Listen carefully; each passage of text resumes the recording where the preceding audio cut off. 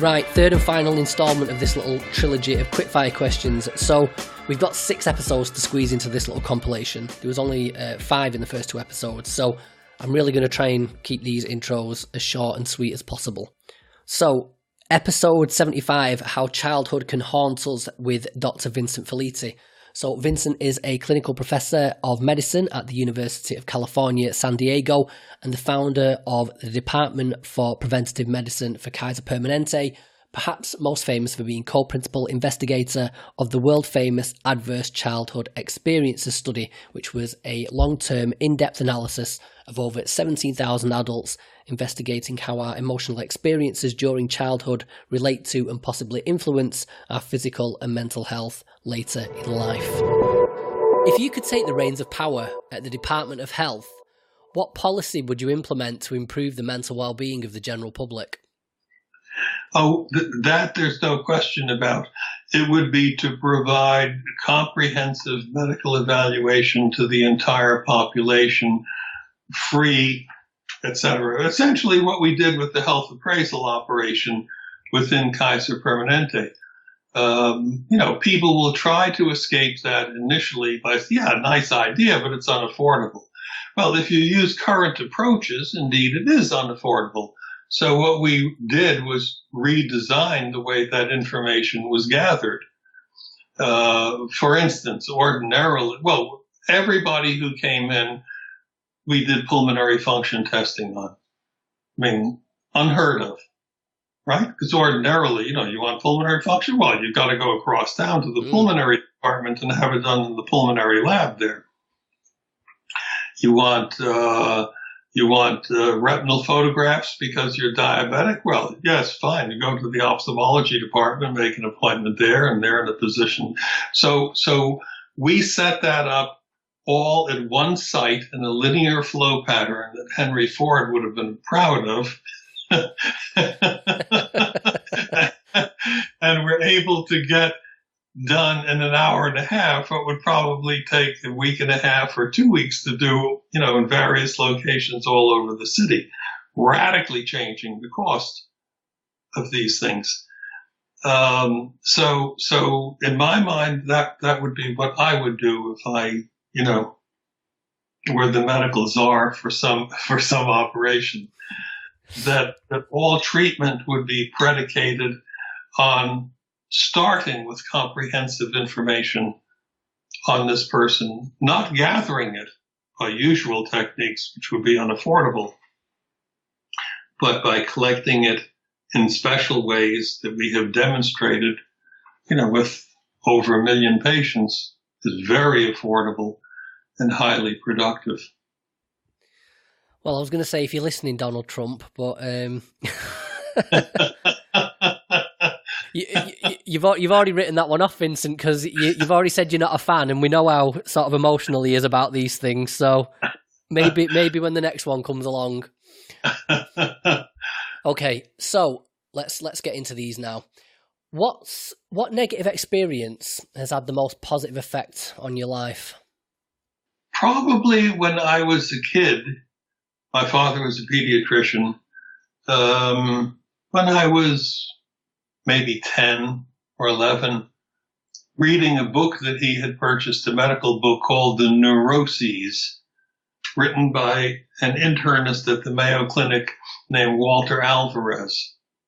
And that was really important to me because it provided understanding for a lot of behavioral issues and various people that I was seeing but didn't understand, and convinced me of the importance of starting any medical visit with really comprehensive information, not simply responding to the manifest symptom of the moment. Responding to the manifest symptom of the moment is fine for a lot of things. If you sprained your ankle, okay, fine. That's not a very complex issue to deal with. But where people come with chronic problems, then you're dealing, with a different level of matter. And in dealing with complex systems, it's important to analyze the entire system, not just the manifestly symptomatic part of the moment. Yeah, it's interesting how much this sort of translates straight over to the realm of psychology and psychiatry as well. Sure. But it's not done. It's yeah. At the moment, it's like you say, it's just we deal with the manifest symptoms and not the broader perspective. If you ask the straightforward question, well, how do life experiences in childhood translate into biomedical disease later in life, half a century later? There are three pathways. One, through various coping mechanisms. I eat to feel better. I smoke to feel better. I buy antidepressants on the street to feel better. Those things have short-term benefit, but long-term major problems. So that's one pathway through various coping devices that we use. Alcohol, promiscuity, what have you. The second pathway is through the complex mechanisms of chronic traumatic stress on function of the brain affecting certain bodily functions like the release of pro-inflammatory chemicals, like suppression or alteration of immune system function, etc. The third category we did not study because when we were putting the ACE study together in the early 1990s, the word barely existed, and that's epigenetic processes. That field, however, has grown explosively since then, and one will undoubtedly be reading a lot about it in ensuing years. Epigenetics refers not to a structural change in a gene that would involve a mutation or would be called a mutation. Epigenetics refers to putting a chemical tag on a gene that essentially functions like an on or off switch. The structure of the gene is unaltered, but you've put an on or off switch on it. And this is a very big idea that life experience can do that.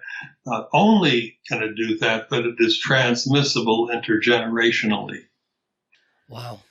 Okay, Vincent, we're going to have to, I don't want to keep you too long. Well, I do want to keep you too long, but I'd have to let you go at some point. So let's try and jump through these ones now. What mistakes do you continue to make despite knowing better? Not having been more effective in translating this into widespread activity. And I think, for instance, that what we're talking about poses a major opportunity for a venture capitalist to come in and recreate an approach to medical practice that would alter the cost dynamics of it. In this country, medical care is grotesquely expensive. How might that be altered? I mean, that's a hugely complex issue. The best way I can think of addressing it would be by taking what we've learned and translating that into a new system to put out, not for a whole country, but, to put out in a city to test it, and then expand it to a state or a province, et cetera, and then expand it after that. I believe that that's viably possible. Should you have any venture capitalists listeners that want to talk seriously about that? I wish I was that guy, Vincent. Okay, final three. Yeah. What's the best piece of life advice anyone's ever given you? I wish I could give you a good answer to that. An alternative one is what sometimes say when people can't think of someone personally that's given them advice is maybe is there any quotes that really resonate with you? It would probably be somewhere in the realm of pursuing comprehensive understanding of complex systems rather than being seduced by responding to the manifest problem. In other words, don't pay attention to treating the smoke by bringing big pans to a house fire. Get an understanding of what the hell's going on deep inside the house and figure out how to treat that. Yeah, I bet there's probably a Chinese proverb somewhere that sums that up nicely. I might have to try and dig it up and shove it in the show notes. Okay. Outside of family and career, what investment of time or money has brought you the most joy or fulfillment? Probably reading and, my conventionally formal education. Okay, I'm going to let you sneak that one in there. I think that was quasi-career, Vincent, but I'm going to let you have it. Okay, the final one, the big one. I always end on this one and answer it however feels most congruent to you. And that is, what do you think is the key to happiness? Being able to have at least one other person with whom one can share one's thinking and goals. Yes, and that's a sentiment I wholeheartedly agree with as well. Vincent Felitti, thank you very much for joining me. It's been a pleasure talking to you. You're more than welcome. I thank you.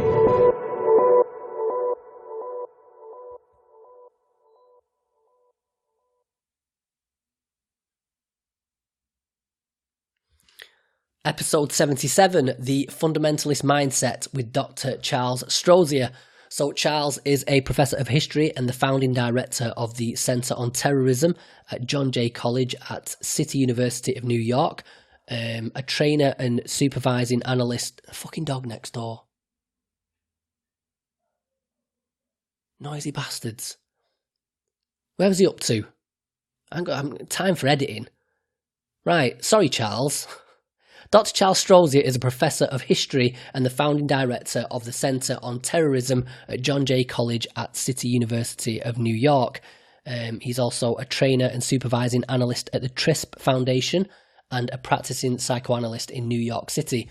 He's also the author of The Fundamentalist Mindset, Psychological Perspectives on Religion, Violence and History.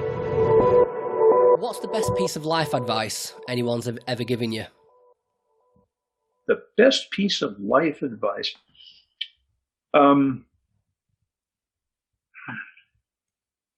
person who sort of most inspired me was my father, who died when I was young, when I was 16.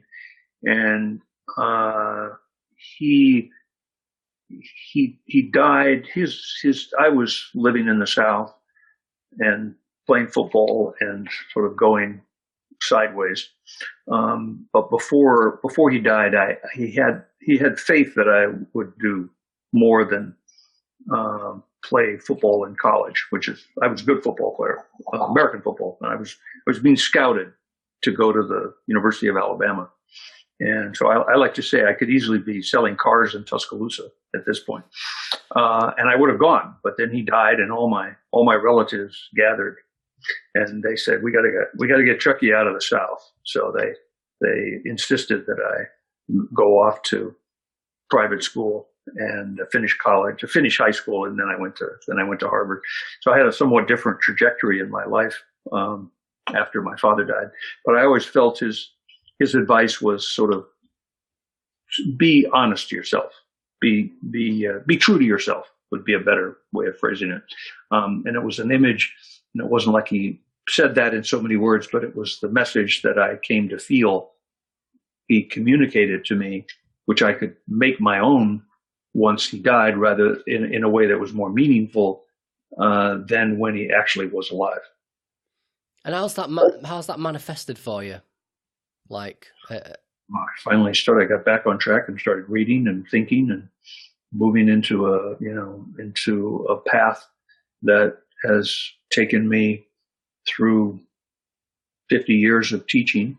I'm about to retire. I've been teaching for half a century and into psychoanalysis and finding my voice in writing books. And I've written a bunch of books and, it's what I've found most meaningful and out of my experience, That's a great answer. If you could take the reins of power at the Department of Health, what policy would you implement to improve the mental well-being of the general public? Well, I think in America, there's no question that we need some kind of universal health care. I mean, I think it's an outrage. tens of millions of people who don't have health care in this country. I mean, unfortunately, what's happening politically is that many of the people who don't have health care are convinced that any kind of, Obamacare system of moving gradually toward universal health care represents the evils of socialism, and they vote for Trump, and they vote for people who are killing any idea of health care. And they're the ones who are going to most suffer. They're the ones who are getting diabetes and have heart problems and aging, and they desperately need some sort of health care. I mean, in my practice, inevitably, psychotherapy is a kind of an elitist activity. I mean, I recognize that. I try to always have some patients who I treat, pro bono, and to try to make my extensive experience available for people. But I think psychotherapy, I see the value of psychotherapy, aside from the fact that honestly it brings in enough money so I can live in New York City and enjoy the benefits of New York City. But I think it's a way of thinking that can be useful in applied to other areas, like peacemaking, for example. But the more general problems of healthcare in this country it's tragic. It's bordering on the tragic. People feel hopeless. They're turning to heroin. We have a terrible opioid crisis, and I think that's all. It's part of the collapse of the healthcare system in America. I know you have problems in Britain, but you don't. We do indeed, yeah. You don't have anywhere near the problems that we have in this country. Yeah, I mean, I've got to say, Chuck, I suppose it depends on your individual experience and the experience that your family have had. But historically, my family have had terrible experiences with socialised healthcare. But it's it's one of those grass is always greener things, I guess, because we seem to have problems with terrible problems with universal healthcare, and then you guys seem to have terrible problems with a privatized system. So it's maybe we need something in between, or some way. But it is and I think the generalization is that I agree with you that no system works well, but there's something fundamentally wrong with two very rich culture, Western Europe in general, but particularly in the United States, to have a country with all the wealth that we have, and to have so many people with not only not benefiting from the wealth. Your radical Marxist days would argue that, but not to be able to have any access to a healthcare system. I mean, to be literally without any kind of insurance. Tens of millions of people. Whether socialized medicine is the answer, I'm not. I tend to think it is, but I would certainly willing to be persuaded that it would bring more problems than it would solve. But somehow there's got to be an answer. Yeah, I do agree that when you've, like you say, you've got the richest nation in the history of the world, it's when people are going completely without. That's for even the most conservative position, it's a difficult position to justify that one. So, what negative experience has had the most positive effect on your life? I think becoming, as I said, I was a historian from the time I was, second grade, interested in history, and I've always been an historian. I got my PhD in history, and I was a professor of history, and all my life. But when I became seriously interested in psychoanalysis, I studied it as a researcher, but then for various reasons, I had the opportunity to begin practice in 1992, and I was already 48 years old, and I started my practice, which is now grown and flourishes. And I found it was an amazing experience. And after a couple of years, my wife said to me one day, she said, Chuck, you're a better person for doing your practice, which is, I was a little startled, but I'm sure she was right. Taught me how to listen. I hope I helped some of my patients, but it taught me how to listen. What mistakes do you continue to make despite knowing better? I think the worst mistake is thinking I know-it-all. I think we can all relate to that one. What's a harsh truth you choose to ignore, but know you shouldn't? A half-truth? A harsh truth. Harsh truth. I'm sorry. Sometimes the English and Americans who speak the same language don't understand each other, right? So, yes. The harsh truth that I refuse to acknowledge? Yes. Well, probably the realities. I think I fall sometimes in my optimism. I fall into being overly hopeful about the potential for, I don't want to say evil, but for harm and that exists in others. I tend to, as Lincoln said, I tend to believe in the better angels of people's nature. And on the whole, I think that's a good stance, but I think it makes me sometimes a little naive in how I view people. Okay, final three. What do you know to be true that most other people think is bollocks? Well, actually, within my field, within psychoanalysis, I'm a follower of sort of contemporary psychoanalytic thinking, particularly someone named Heinz Kohut. And I think one of the things that I would really disagree with all my psychoanalytic colleagues about, from Freud on, is the idea that idealization is somehow suspect.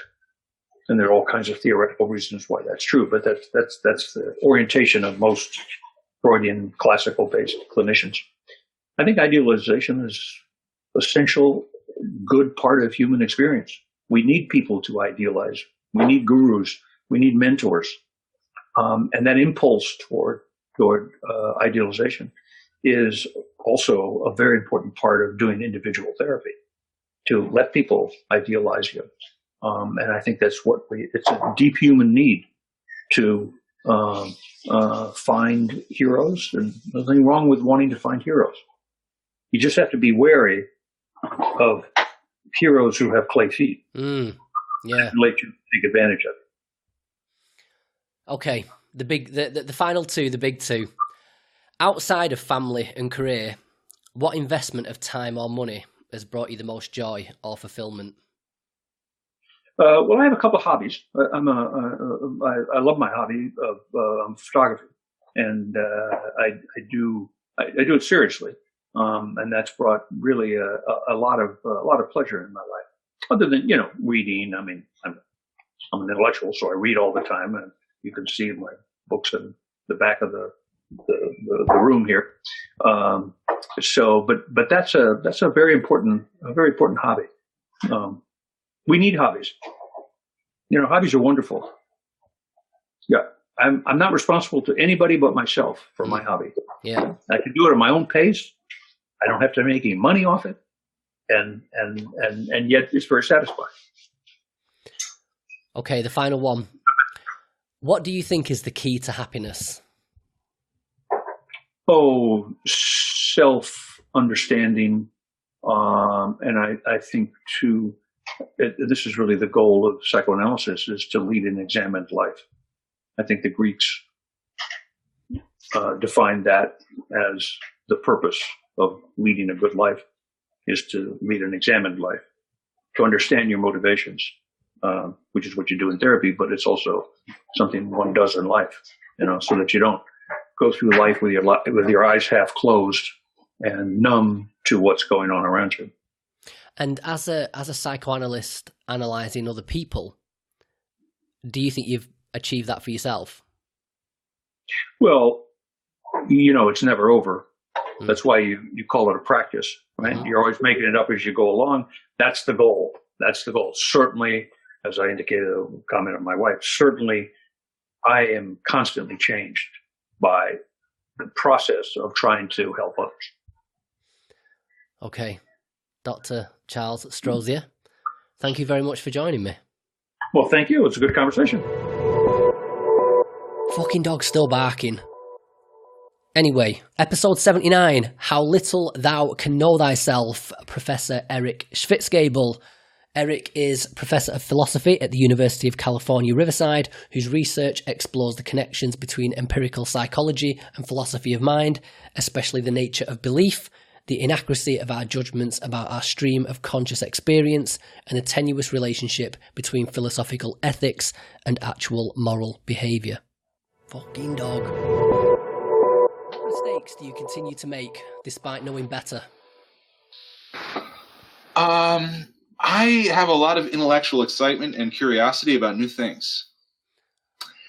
And so I keep wanting to learn new things and discover new things and become expert in new things and write like philosophy papers about them, which is great. But every new thing that I add is something older that I can't hang on to as well. So I keep adding things that I'm interested in and spreading myself thinner and thinner. So yeah, I keep taking on new, exciting projects that compromise my ability to follow through as well as I should with some of the old stuff. Yeah, but like I say, Eric, like if you take a look through your blog, which I think is sort of representative of that, yes. You might see it as, how many different things am I talking about in there? Yeah, but it's you might see that as sort of, I don't know whether it's like scatty-mindedness, but it's sort of philosophical adventurousness, I guess. Somebody's got to do it. Yeah, I guess so. I mean, but that's it's the thing that I keep doing, and in a way, it's good.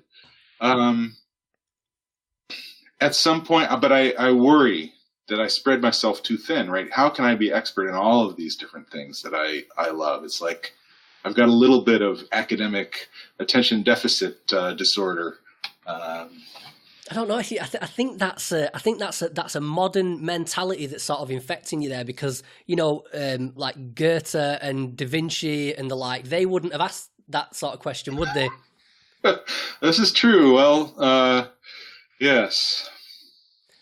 Okay, I'm not sure if this is usually one for the mental health professionals, but I'll see whether you've got an opinion on it. But if you could take the reins of power at the Department of Health, what policy would you implement to improve the mental well-being of the general public? Well, you primed me with this one, so I did think of an answer, but it's a boring answer. We'll see. Go on. Free universal health care. Oh, you're a proponent of universal health care. Yes. Okay. I think that would do a lot for people. It's yes. not a very creative answer, but... No. It's interesting. I get into a lot of trouble with this one with my listenership. So I lean conservative. So I live in a country where we've got universal healthcare. And I don't know, I guess it depends on your individual experience. Part of me wonders whether healthcare is just never going to be any good, because our experience of it, or my experience of it, has been sort of negative universal healthcare. I'd love the idea of them giving us that bit of our taxes back so that we could go and get private healthcare. But whereas you guys in America, you don't like your system either. So yeah, so I don't have any expertise on healthcare policy. So, but that's my best guess or my best answer to that particular question. Okay, what harsh truth do you continue to ignore but know you shouldn't? Well, you were trying to talk me out of this one because it's the same answer to that other question. The harsh truth that I can't be an expert on everything that I'd love to be an expert on.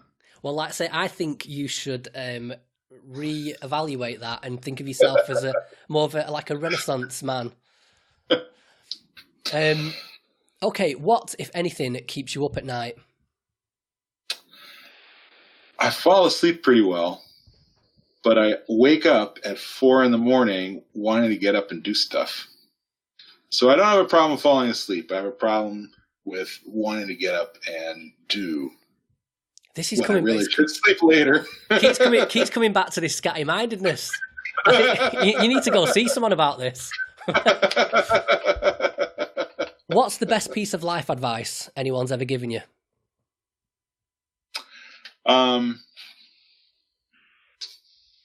So when you prepped me with this question, you also said something about a quote.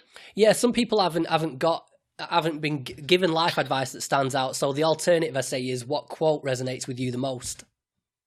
Yeah. So this is kind of related. It's both. It's a kind of a quote, but it's also a little bit life advice. It's something that my father said in an interview. So my father was a much beloved psychology professor at California Lutheran University, and he won teaching awards and things like that. And after he died, I read an article about him, and there was this quote in there that really struck me. He had said that he thought that authentic education was less about learning facts than about being able to have a positive, ambitious vision of what yourself and the world might become. Right. Okay. Yeah. And, I'm a professor, of course, so for me, life advice is also about, teaching and what should I be aspiring toward as a teacher, right? And that resonates with me because if I can bring to students, so it's great if they've learned facts about ancient Chinese philosophers or whatever, right? But if they can have a constructive, positive vision of what they could become and what the world could become, that's so much more important, That's a brilliant answer. And also, just to throw this in there as well so people know, I believe that your dad and his brother are the people that invented the ankle tags for... That's correct. Now, on the face of it, you'd think, oh, that's terrible. But the motivation behind it was your dad thought that incarcerating young people was damaging and a bad way to go about it. So the best way to deal with it was to have the ankle bracelets. And when you think about it from that perspective, that's genius. Yeah, that really was his motivation. He was he specialized in what was then called juvenile delinquency and juvenile delinquents. And he was really very interested in trying to help them have a more positive vision of what they could become instead of the kind of narrow, I've got to be in the gang or whatever kind of vision that's been forced on them from their environment, right? And he thought that once they got into prison, it's very hard to construct a positive vision of what their life could be, right? So he wanted to be able to find some way to keep them in the community in a positive way, right? Despite the fact that, you need to keep a certain amount of, especially if they're violent offenders, keep a certain amount of tabs on them, right? So the ankle bracelet was an attempt to prevent these children from having to go into prisons. Yeah, you know what? I'd wonder how many of them little shits out there that piss and moan that they've got the ankle thing on realize why they've got it on and that they're lucky to have it on. Because it's, like I say, I read that and I was like, never thought about it like that, but it's brilliant. Once you put, especially young people, in the prison system, I mean, it's game over for a lot of them. So, okay, final three. I'm super intrigued with this one for a philosopher. What do you know to be true that most other people think is bollocks?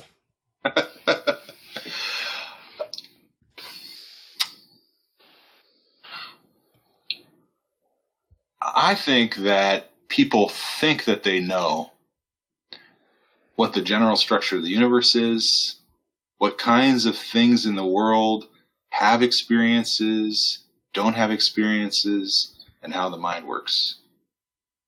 And I think people really are much more convinced that their vision of the world is well-grounded than it is. So in a way, I'm turning your question on its head. I think that lots of what we think we know, we don't know. So the thing I know is that we know a lot less than we think we know. Yeah, it's very Socratesian, is it? Would that be the right? Yeah, right. Yeah, right. The only thing I know is that I don't know anything. It's not quite that bad, but it's going that direction, right? So, like with the introspection stuff, right? Hey, we know all this stuff about even just visual experience. We don't know very well. We know a lot less about our own minds, and I also think about the outside world, and even about the nature of the cosmos than we think we know. Well, I might have given you the book title, your next book title there, Eric. Everything you know is bollocks. Okay, outside of family and career, what investment of time or money has brought you the most joy or fulfillment? I think it's probably, for me, has been playing the piano. Oh, okay. Any good? Well, by my own standards, I am, but I don't think anyone would want to pay money to listen to me. But I learned jazz improvisational piano from one of the great improvisational pianists when I was a teenager. And it's kind of stayed with me my whole life. I definitely still enjoy doing that kind of thing. Well, again, I don't suppose it matters if you're any good in a performative sense if it makes you happy. So that's right. Yeah. So I'm enjoying it, and I'm getting my own pleasure out of it, even though it's not a performance thing for other people. Yeah. And the final one, the big one. What do you think is the key to happiness? Well, I'm going to try and answer to that, but I'm not very confident of my answer, right? I think we don't know very well what brings about happiness. But my best guess is that for me, pausing to appreciate things rather than the constant rushing and rather than the high expectations and failing to appreciate all the good stuff that I already have that's maybe short of even the better stuff that I want. Okay. Professor Eric Schwitzgebel, thank you very much for joining me. Thanks for having me. It was fun to talk. Episode 81, Unleash the Furry Beast Within, with Joe Strike. Fucking neighbours at Unleash the Furry Beast Within. Do my head in, this dog. Oh, it sounds like he's shut up now. Joe Strike is an artist, writer and producer based in New York. He's the author of Furry Nation, the true story of America's most misunderstood subculture, which won the 2017 Ursa Major Award for Best Non-Fiction Work. And he's all about the history of furry fandom and how becoming a furry transformed his own life. And if you don't know what a furry is, I haven't got time to explain it here. Just go back and listen to the episode 81. What negative experience has had the most positive effects on your life? Ooh, negative into positive. Gosh. I don't know. Most of my negative experiences have been basically negative. I can't think of any upside to any of them. I think my father was a volatile kind of guy. I think he was an anger addict. And I was pretty afraid of him. So that might have been one of the things that drove me more into my imagination. So perhaps I would credit him for helping spark my imagination, if only as a refuge from his temper. Okay, interesting. What's the best piece of life advice anyone's ever given you? And if nothing, best piece of life advice. But I would say if nothing immediately springs to mind, what quote resonates with you the most?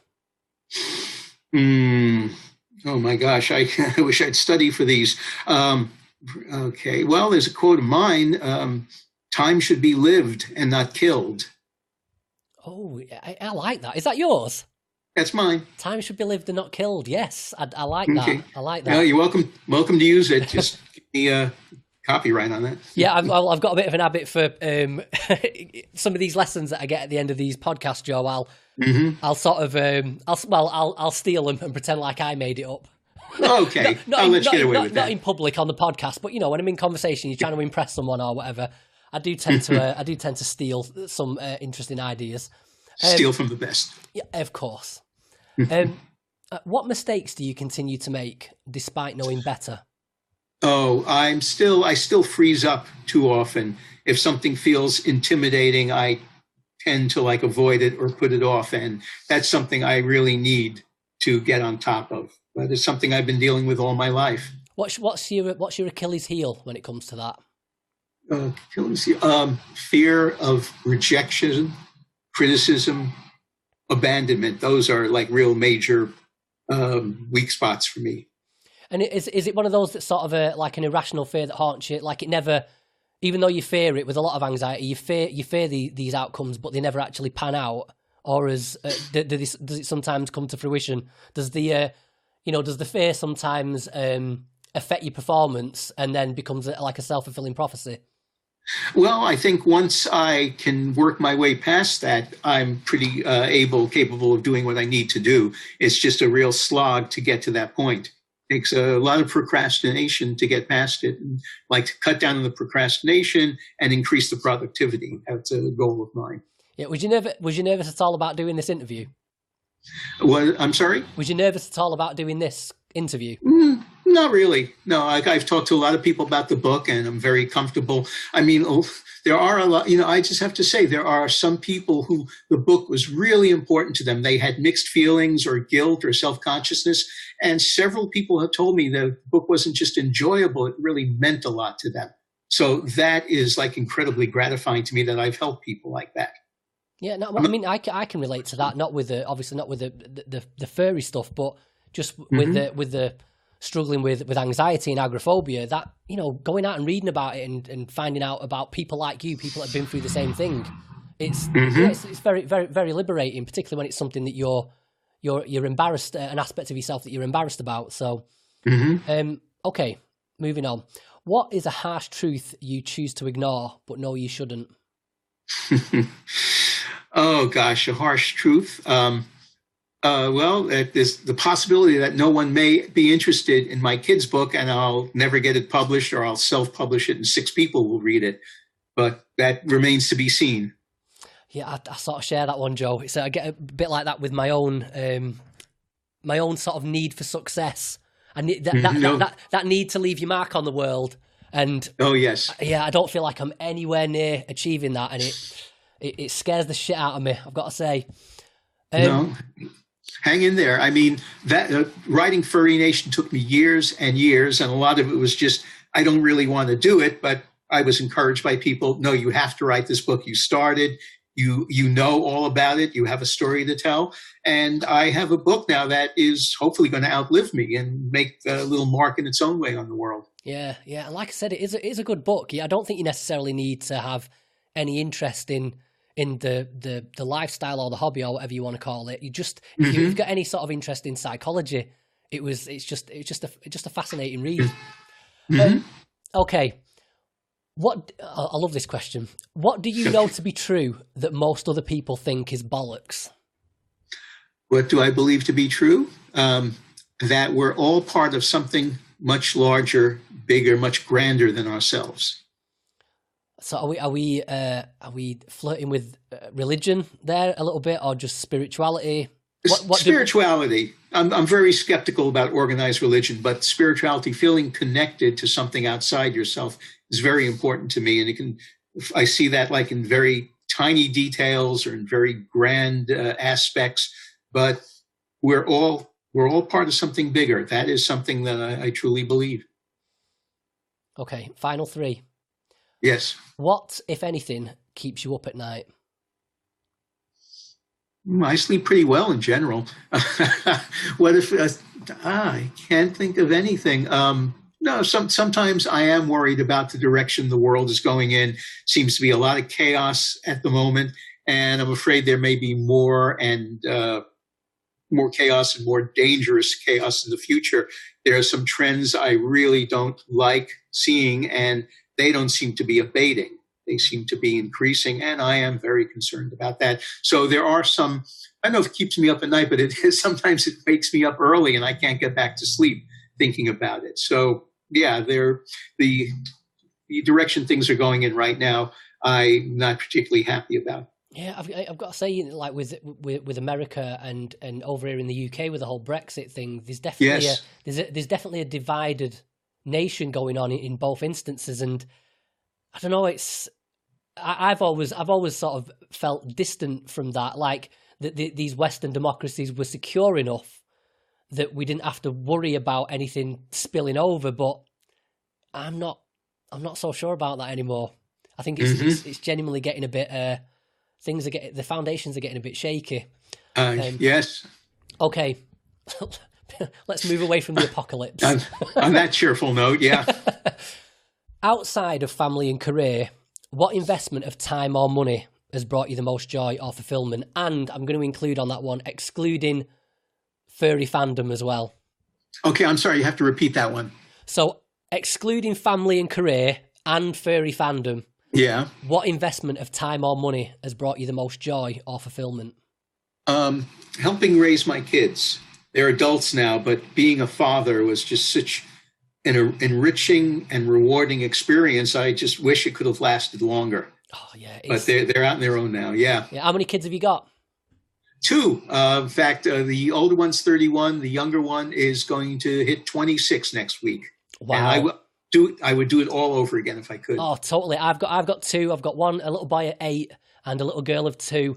And we're going to have one more naturally. Thinking of adopting a 4th. But honestly, Joe, I could just keep banging them out on a conveyor belt until I've just not got it in me anymore. It's the best. Mm-hmm. Okay. Absolutely. No grandchildren yet. I'm very impatient waiting for my kids to, provide me with some grandchildren so I can do it all over again, but without the responsibility. Yeah, definitely. There'd be, a load of single people out there who haven't got kids like, oh, shut up, what you're talking about. You don't get it until you're a parent. When you're a parent, you get it. Mm-hmm. Mm-hmm. Okay, the final one, the big one. Yes. What do you think is the key to happiness? Finding something that makes you happy. I don't know if that's a non-answer, but if you find something that enriches your life and again gets you away from just the ordinary slog of existence, something that helps you transcend that a little bit, whether it can be something grand or just something, very, very small, but still enriches you, I think that's what everyone needs. And do you think that finding happiness, something that makes you happy, are you more likely to stumble across it, or do you think it's something you can systematically go out there and seek? Because, for you, it fell through the letterbox one day back in the 80s, which is, that's serendipitous. Oh, totally. Do you think that? Do you think it's more likely to be that you stumble on happiness than you go out and find it? I think so. I think even if you were going to specifically look for it, you'll stumble across it in the process of searching for it, that you didn't realize this was something that, spoke to you. But now that you've learned about it, yes, this is where I'm going. And that could apply to fur or anything else. But no, I was very fortunate. My name wound up on some mailing list and I got that invite in 1988. And if I hadn't been on that list, it probably would have been 10 years later before I heard about the fandom. And then I still would have wanted to dive into it. But something out there I think is out there for everyone. And I think too many people live very prescribed lives and they don't look beyond the telly or the next big sporting event. And we all need to spread our wings. And it would be important to do it for yourself and not just do it vicariously through sitting in a theater and watching the next Marvel movie or whatever. So if you can find something that really enriches you and helps you connect with the universe, the world, neighborhood, friends at large, that is, I think, the most important thing. Okay. Joe Strike, thank you very much for joining me. Oh, thank you for the invitation. I really had a good time. Okay. The finish line is approaching. Episode 85, Cultivating Compassion with Professor Paul Gilbert. Paul is a professor of clinical psychology at the University of Derby and consultant clinical psychologist at the Derbyshire Healthcare Foundation Trust. He has researched evolutionary approaches to psychopathology for over 35 years with a special focus on shame and the treatment of shame-based difficulties. He's also the founder of compassion-focused therapy and compassionate mind training, and in March 2011 he was awarded an OBE. So, just what I say, I know I said we're going to keep this short, but a particularly interesting episode for those of you who, like me, sort of like to beat yourselves up and engage in self-blame. So, what I like about Paul's approach is you don't have to sacrifice taking responsibility for how fucked up you are, which, despite everything I've learned from like Lucy Johnston and David Smale, I'm still not willing to let go of completely. So, again, if like me, you insist on taking responsibility, with Paul, you can just learn to go about it in a more productive way, which I think is sort of important. And also, for those of you sort of not in the know, Paul is he's like one of the giant figures in the world of academic psychology. So it's a particularly rewarding episode for me to record this one. I enjoyed it. Right, okay, let's go deep. What negative experience has had the most positive effect on your life?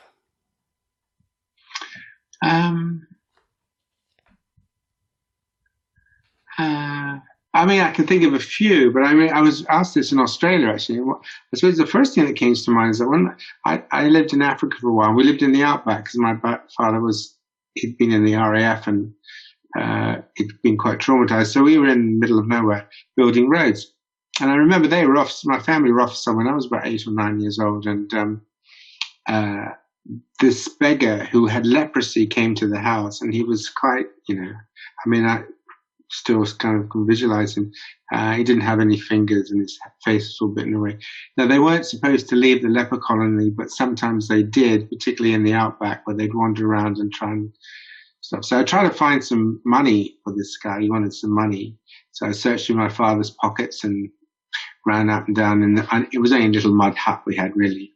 Couldn't find anyone, had to say goodbye to him. I mean, he wasn't aggressive or anything like that. He wasn't frightening.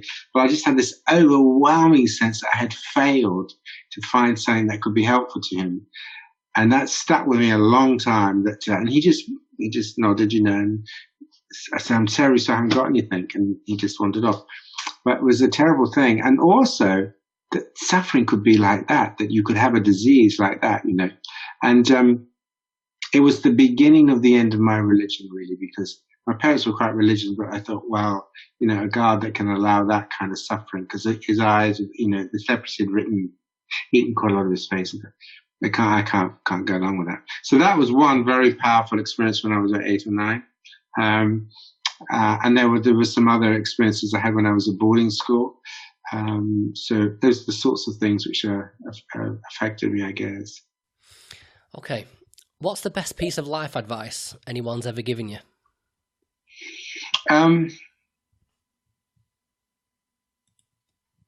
Well, I'll always focus on your effort, never your result, basically. And I think this is really important because we're training people today to always worry about the result, the outcome.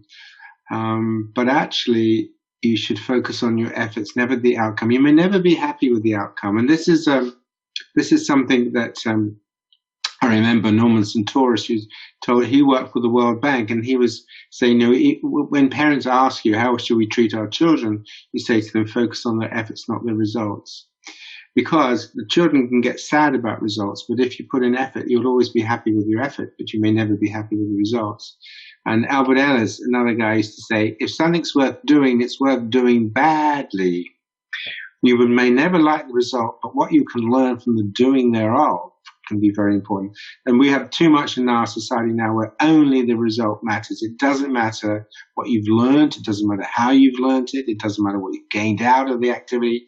If it doesn't come out right, it's not worth anything. And so learning how to pay attention to your efforts, not your results, is for me quite important.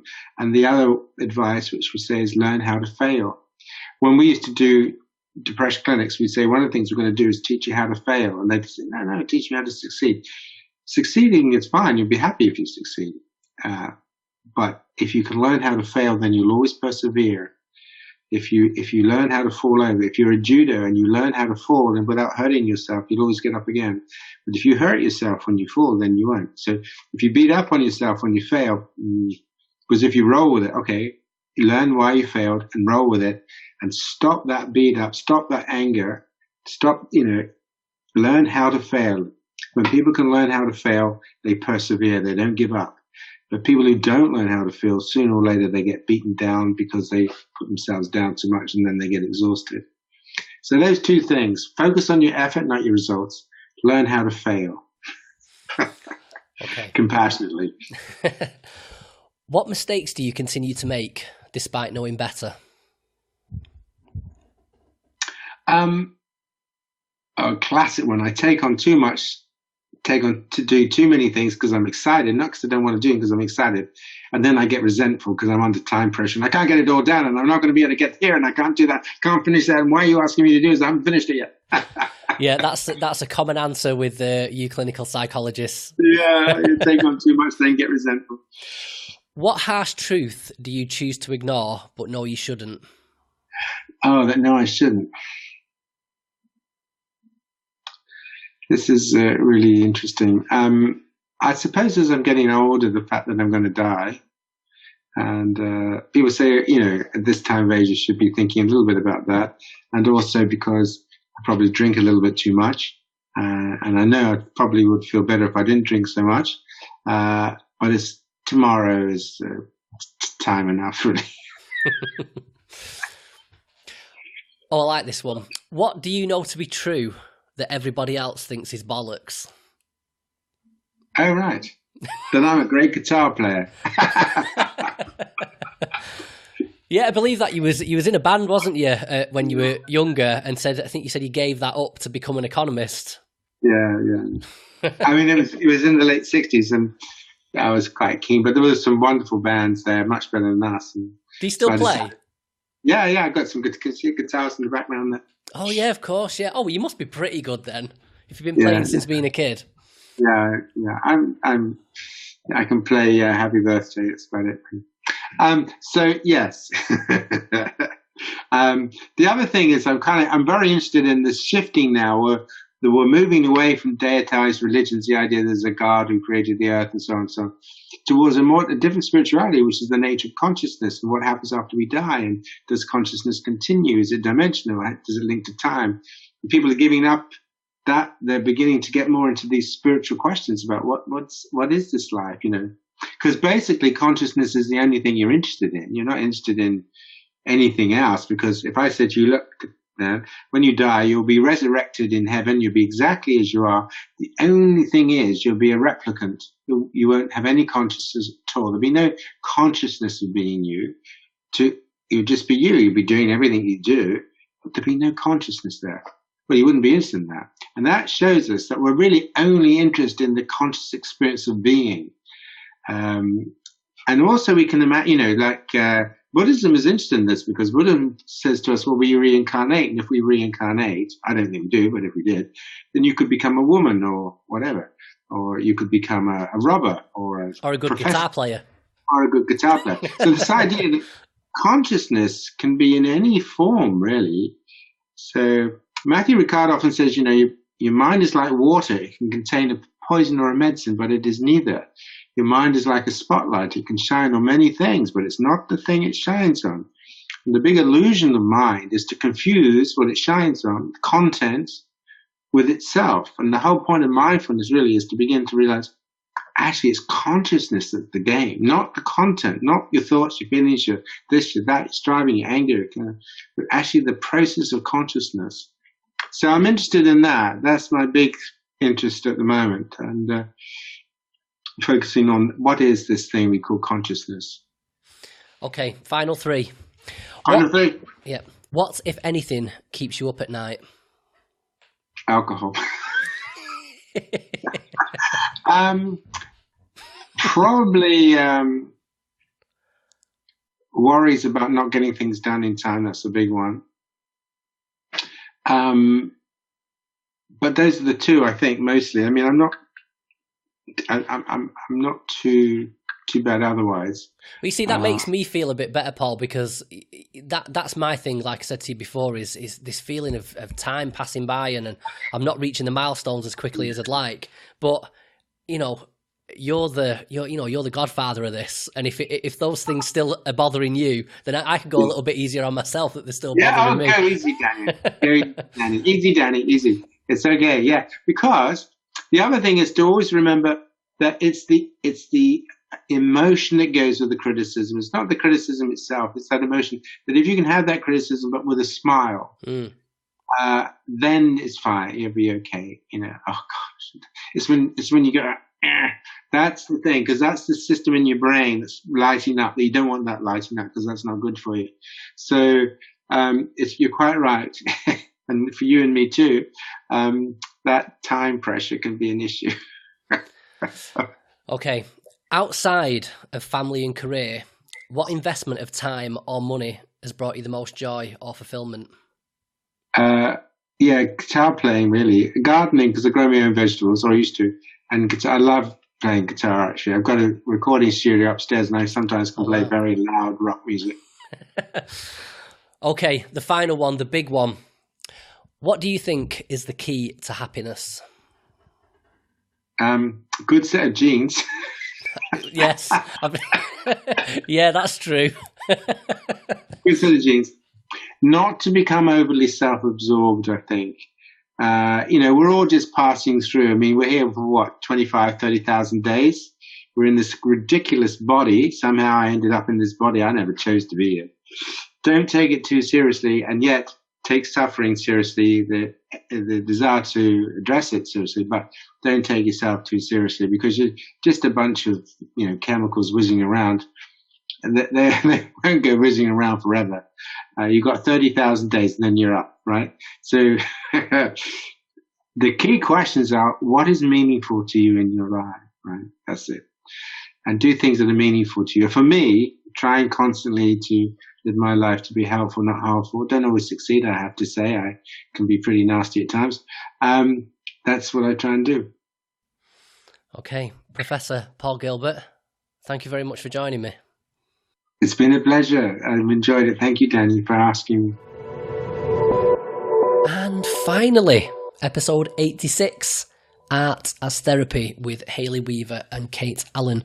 So Hayley Weaver, aka Hayley Drew This on social media, is a Seattle, Washington-based writer, artist and illustrator whose drawings have made her one of Instagram's biggest artists in the area of mental health.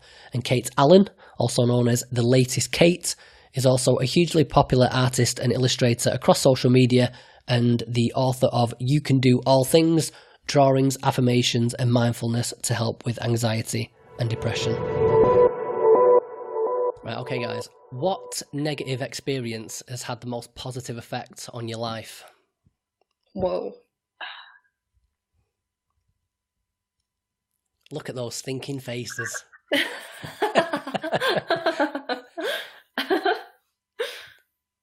Oh, I got one.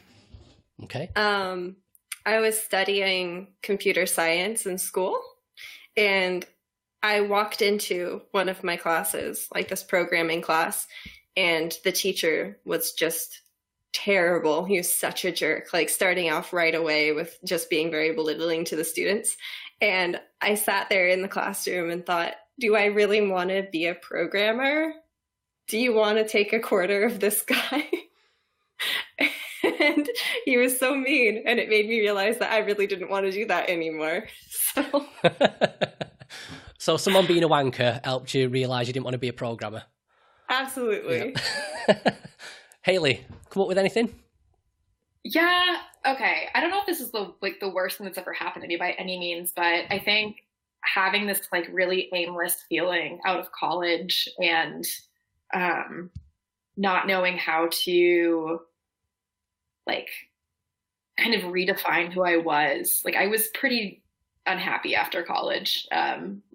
Living in my hometown, which is a great place, by the way, Charlotte, North Carolina, love it, but it was pretty miserable. And I think I made the decision to move to Seattle on a total whim. And so I think going through this period of time where I felt really unsure made me a really big risk taker, which was super out of character. And I moved here, and it's been incredible. I mean, I've just grown a lot here, and I think it's had some really positive effects on my art and on the way I've viewed myself and on my vulnerability and the people I spend my time with. It's just been all around really positive. Okay. I miss Washington. Seattle area is where I'm originally from. I'm in Southern California now. Yeah. That's delightful. It's my people. Yeah, they're the greatest. Right, get ready for those faces again. What's the best piece of life advice anyone's ever given you? Oh, gosh. I like that you guys are really putting effort into this. When I talk to these professors and these professionals, they've always got something to answer straight away. Oh, it's always rehearsed. It's so hard.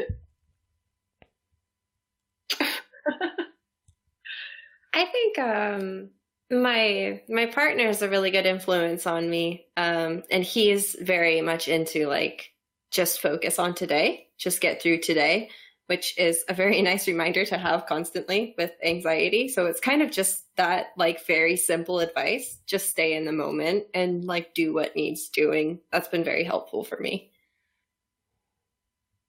Yeah, I think mine is a little bit of a different approach, but it's more so about creativity. It was something a college professor I had said to our class, and to me it was super profound at the time, and looking back it maybe is less so, but it was that everything can be a story, it's just telling it in the right way. And I think that's made me approach not only like storytelling and art differently, but also just people. Like every person's interesting, every thing that you do has value, whether it's good or bad. I mean, that's kind of what builds life. And that's been a really good thing to kind of carry since then. Okay. What mistakes do you continue to make despite knowing better? Snoozing my alarm. Like, snoozing my alarm is 100% my answer. I should get up right when it goes off, but I never do. And I want to be the person that turns it off and gets up and like goes on a run or makes like a really good breakfast, but I just can't do it. What's your snooze time? Are we talking 5 minutes, 10 minutes, an hour? It could be an hour. Today was an hour. My alarm was set for 7. I got up at 8. That's impressive. It's really bad. I'm bearing my soul on this podcast. Kate, what about you? Mistakes you continue to make? Mine is like related to self-employment in that I check on things too often. Like, because you're reporting your taxes, you have to like keep track of all your expenses and everything. And so I end up like hyper focusing on numbers way too much. And I try and have it like a rule with myself, like, do not look at like your bank account and all your spreadsheets and all of this information for at least another week. And then I'm in there in an hour. And it's not actually helpful. I don't gain anything from doing that. But I like obsess over like, did I put that purchase in? And you know, people always tell me like, oh, there are apps for that. And I'm like, I don't want them to have my information. So it's kind of a problem that I have created for myself. I don't think it's a habit I need to break. Yeah, I don't think it's too much of a bad one. I mean, at least you're keeping, you know, that's the one thing you get wrong and the government will come and kick your door down over it. So spectrum, like I'm on the technically better side of the spectrum than somebody who doesn't pay attention at all. Yeah. Like I do actually pay my quarterly taxes, and some people I know they don't. They wait until the very end of the year and it's like, what do I owe? Oh, we'll find out. So it's a bad habit, but not the worst, I guess I should say. Okay, what is a harsh truth that you choose to ignore, but no, you shouldn't?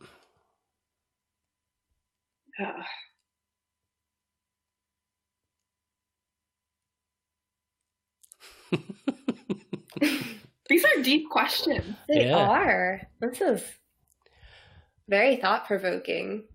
I think I always find it's best to just, when I ask the question, the first thing that springs to mind tends to be the most honest answer. Oh, I have one. It's really depressing, though. I don't know if I want to bring up something depressing. Well, I guess, like, you are going through life with other people, but you're not, like, entitled to relationships with those people. Like, you have to work to have relationships. I guess the actual truth being that you are technically, like, by default alone, and you need to cultivate relationships in order to not be alone. Oh, no! I'm sorry, everybody. I'm wow, going to tell my patrons not to watch. That's interesting. Kate will have a new blog called How to Lose All Your Patrons in One Video. I know. No, you know, like, why did you bring up another fear for me? No. I don't. There is no unconditional love. Most relatable you probably ever shared. The thing, I think the positive in that, I think yes, I'm please. I think the positive in that is that if you looked at it from the opposite perspective and you were just you were entitled to the relationships and relationships did just come along, then there wouldn't be value in the relationships. The value comes from the fact that you have to go through life and find the right people, and you have to learn the lessons off the dickheads. And you know what I mean? Like, a bit like a pinball in a pinball machine. You just sort of ricochet off all the nonsense and eventually whittle it down to the people that actually matter. And you know, when you you put yourself out there and you find someone that you connect with. Out of all these billions of people, there's this small little crowd of people that you click with and that matter to you, and that you matter to them as well. I think that's why that's valuable. That you're not entitled to just have relationships. Have I rescued that? Is that all right? Yeah, you did. That's what I'm saying. Haley, did you answer that one? I did not. Okay, go on. Mine is also a little bit on the more depressing side, I think, depending on how you look at it. But I think the fact that nothing is guaranteed is something I avoid constantly, especially related to time. Like, you're not getting anything that's happened to you back. That's the past, and that your future isn't promised to you. But I definitely live like everything will work out because it's my life and my truth. And I always feel like because things have happened before, that should like inform things now somehow, if that makes any sense. Okay, I don't think that was quite as depressing as Kate's, so. Thank you. Okay, I don't want to keep you for too much longer, so we'll just do a couple more here. So, I like this one. This tends to get an interesting answer. What do you know to be true that everybody else thinks is bollocks? Oh. I love these faces. I could have got a screenshot of each one and made it the thumbnail for the video. That everyone else thinks is like bollocks? Yeah. Oh my goodness. Speaking of accents, I love the way Americans say bollocks. Bollocks. I think I've only said that word once in my life, and it was today. Yeah, and a funny thing that tends to happen with it is, for some reason, when I ask that question to people to guess that are in America, if they've got an Amazon Alexa in the room, it answers me because it thinks I'm talking to them. I don't know why it sounds like bollocks, but anyway. Oh, that's phenomenal. Oh. I mean, I'll just say that mine is... It could be a weird conspiracy theory or anything. It doesn't need to be too profound. It could be just like, I think that the moon landings were lies or whatever. Just anything. Okay, I totally think that... Well, the problem is I think all the things that I think are things that other people probably might think are true as well. So I'll just go with this one. I think we should be able to snooze our alarms and have productive days once we get up. How about that?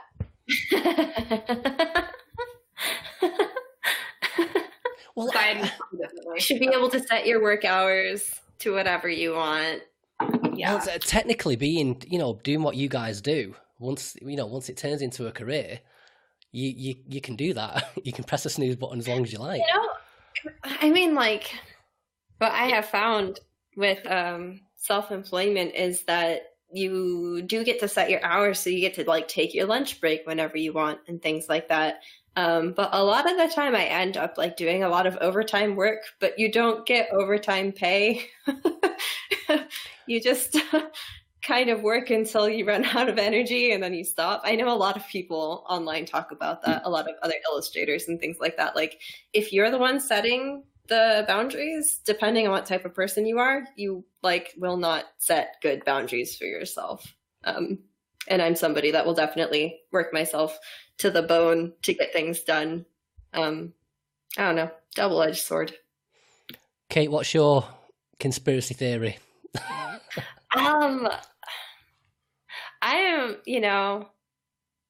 I'm an American, so I'm dealing with American politics, and I really, really want socialized healthcare for everybody in the country. I think that would be super cool.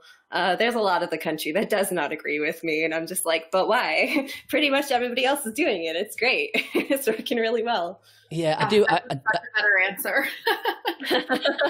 I do. One of the questions that I tend to put to, like when I have psychiatrists on, is if they could take the reins of power at the Department of Health, what policy would they implement to improve the mental well-being of the general public?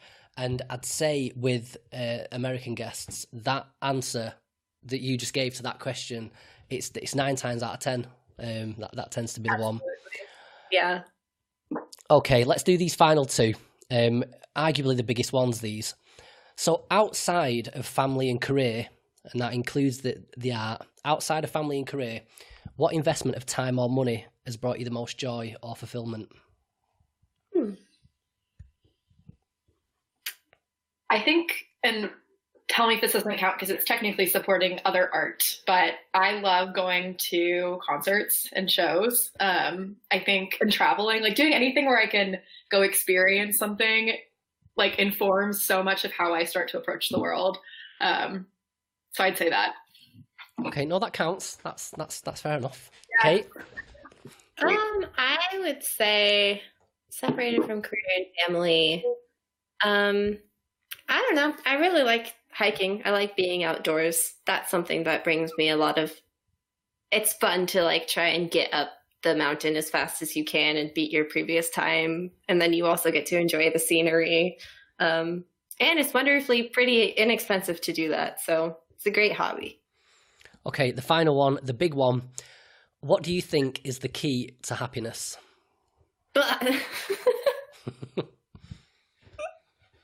I think it's knowing that happiness is not this like constant, just like oblivious joy, that it's something you have to work towards every day, and that it's not going to be something you can always just have. Like you'll have to work for it, and you may depend on other people for it sometimes, and you may have a lot of it at some points, and it may be like seem completely out of reach at sometimes, but that's unfortunately the only way I think it can be acquired in like a healthy and actually attainable way. That's a great answer. Kate? I have a quote for this, and I'm sorry that I'm making clicky and typey noises, but I found this really helpful. It's from, I want to say he's a psychologist, John Rottenberg, said, "We should avoid fixating on a specific happiness level and recognize that happiness itself is not a goal, but a fleeting byproduct of progress towards other goals." So it's kind of just like, you know, hitting the small goals and the big goals over and over and over again will make like the happiest person, but it's not a constant. It's not like they're always happy. They just might have more happiness than others. That's just kind of how I look at it. Right, guys. Well, I have to say, thank you very much for joining me to do this. It was nice to speak to you. It was nice to do something a little less talking about clinical trials and effect sizes and all the stuff that tends to go on this podcast quite often. I mean, I do love all the people I've had in the past, but just it's nice to do something a bit more relaxed, a bit more conversational. So it's good to know your favorites. Haley Weaver and Kate Allan, thank you very much for joining me. Thank you for having us. Come say hi to us on Instagram. Right, there you go, folks. That's about it. That's all 16 episodes of the Quickfire Questions and 3 of the previously unavailable AMA Ask Me Anything episodes done and dusted. That's 9 hours of content to keep you busy before we go ahead and publish our final episode, which will be about a week from now. It's going to be a long one. It's going to be a contentious one. It's going to be divisive. But it's going to be honest, and it's long overdue. So, yeah, I will see you then.